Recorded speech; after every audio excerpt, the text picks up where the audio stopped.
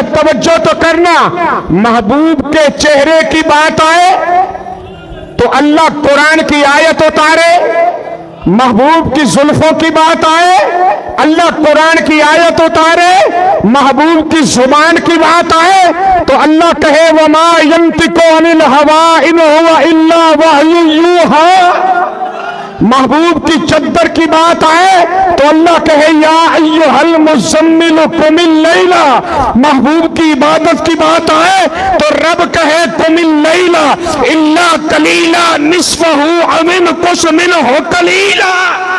محبوب کے ہاتھوں کی بات آئے تو رب کہے ید اللہ فوق ایدیہم۔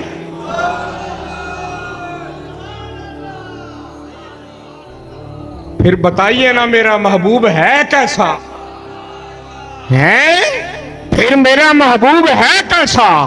اللہ فرماتا ہے وما ينطق عن الهوى، فرمایا میرا یار اپنی طرف سے کچھ نہیں کہتا، ان ہوا الا وحی یوحی، صرف یار وہی کہتا ہے جو رب حکم دیتا ہے۔ کو بات سمجھ آ رہی ہے؟ محبوب اپنے پلے سے کچھ نہیں کہتا، بس وہی محبوب کہتا ہے جو حکم ہے، بولیے بولیے، جو حکم ہے اللہ دیتا ہے۔ اب سنیے، اس زبان میں رب نے کمال کیا رکھا تھا، اس زبان میں اللہ نے کمال کیا رکھا تھا۔ صرف میں زبان کی بات کر رہا ہوں، یہ تیری اور میری زبان نہیں ہے جو کبھی سچ بولتی ہے کبھی جھوٹ بولتی ہے، یہ اس مصطفیٰ کی زبان ہے جن کی زبان سے نکلتا ہی سچ ہے۔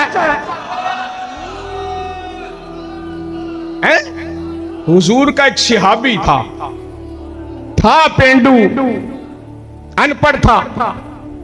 میں نے پہلے کہا کہ محبت کے اپنے اپنے رنگ ہوتے ہیں، انداز ہوتے ہیں۔ اچھا، اس کا نام تھا ظاہر۔ کیا نام تھا؟ ظاہر، زے سے ظاہر اس کا نام تھا۔ اب یہ گاؤں سے جب آتا نا تو سرکار کے لیے نا اچھی اچھی سبزیاں لے کے آتا۔ کیا لے کے آتا؟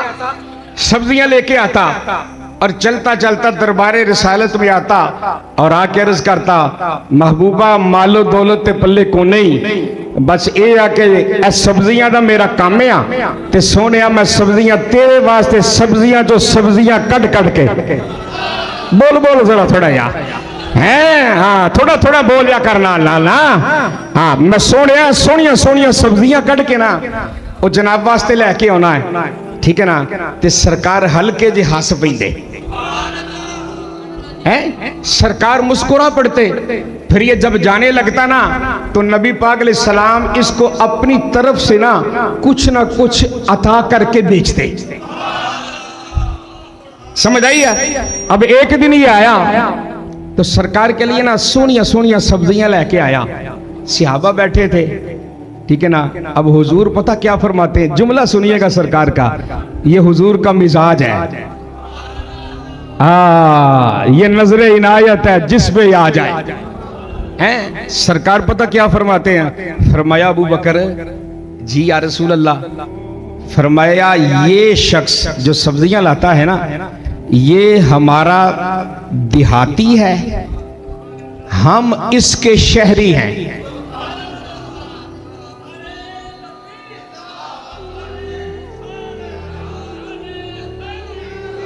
بات سمجھ آئی ہے؟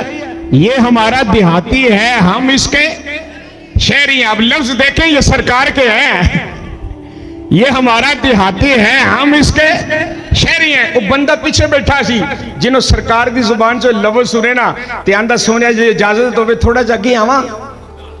سرکار فرمایا آجا، ان تھوڑا جا ہولی ہولی ٹر کے نا اگے آیا، سرکار دے قریب آ کے نا اندہ محبوبہ جے اجازت دیں تے تیرے پیرانوں چوم لما۔ سمجھ آئی کہ نہیں؟ سرکار نے اجازت دی نے پیرانوں چومیا، پھر تھوڑی دیر بعد اندہ سونیا جے اجازت دے تے تیرے عبداللہ والے میں ہتھن چوم لواں۔ سرکار فرمایا چوملا۔ کچھ دیر بیٹھا، کچھ دیر بیٹھن تو بعد نا واپس ٹر گیا، सरकार ये टुरदा जावे ते हल्का हल्का हसदा जावे, इधरों सरकार मुस्कुराउंदे जान। गल ते तवज्जो करी जरा, जिथे मैं तेनों लैके जा रहा। एक दिन ना ये सब्जी बेच रहा होवे बाजार च, ते बाबा जी बाजार सी मदीने दा। ये जागीर खान मेरा वीर आ, ये PTV दी यूनियन दा सारी उम्र पूरे पाकिस्तान दा हैड रहा आ। अज वेखो दूसरा जुम्मा आ साडे को पढ़ना आया। आते हैं वही जिन्हें, हाँ ये तो मर्जी सरकार दी है ना। ये हुण टुरदा जावे, सरकार हल्के जो मुस्कुराउंदे जान, ये भी हल्का जो मुस्कुराउंदा जावे। ये टुरदा टुरदा बाजार दे विच गया ते जाके ना सब्जियां पिया बेचे। ठीक है ना, मैं सब्जी ले लो, ताजी सब्जी ले लो, ताजी है। अच्छा इधर ना सरकार नूं कोई कम पिया ते हुजूर टुरदे टुरदे ना सरकार जिस वेले गए ना बाजार दे विच, इनू वेख्या हुजूर ने, ये हुण सब्जियां बेचदा होवे, सरकार इहदे पिछे खलो के ना ते नबी पाक ने इहदे अखां उत्ते अपने रख दिते हाथ।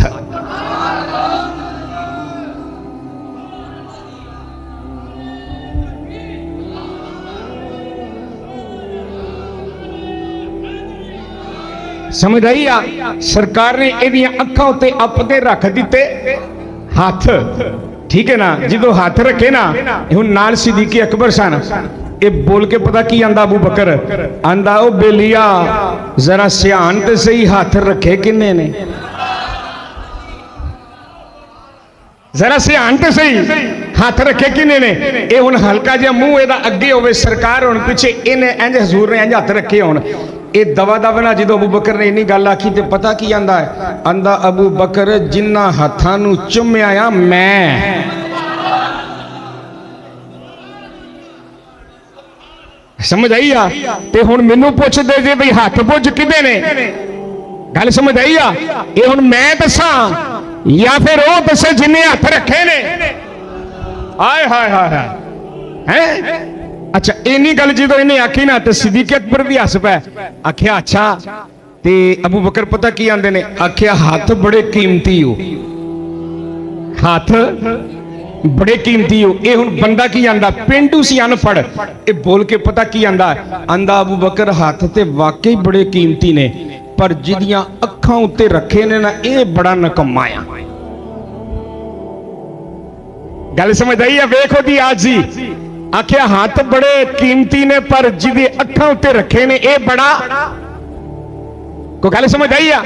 ये बड़ा नकम्मा आ। सरकार ने जिस वेले हाथ मुबारक अपने छड्डे ना, इन्हें इंज मुंह कीता, मुस्तफा ने लाया सीने ना।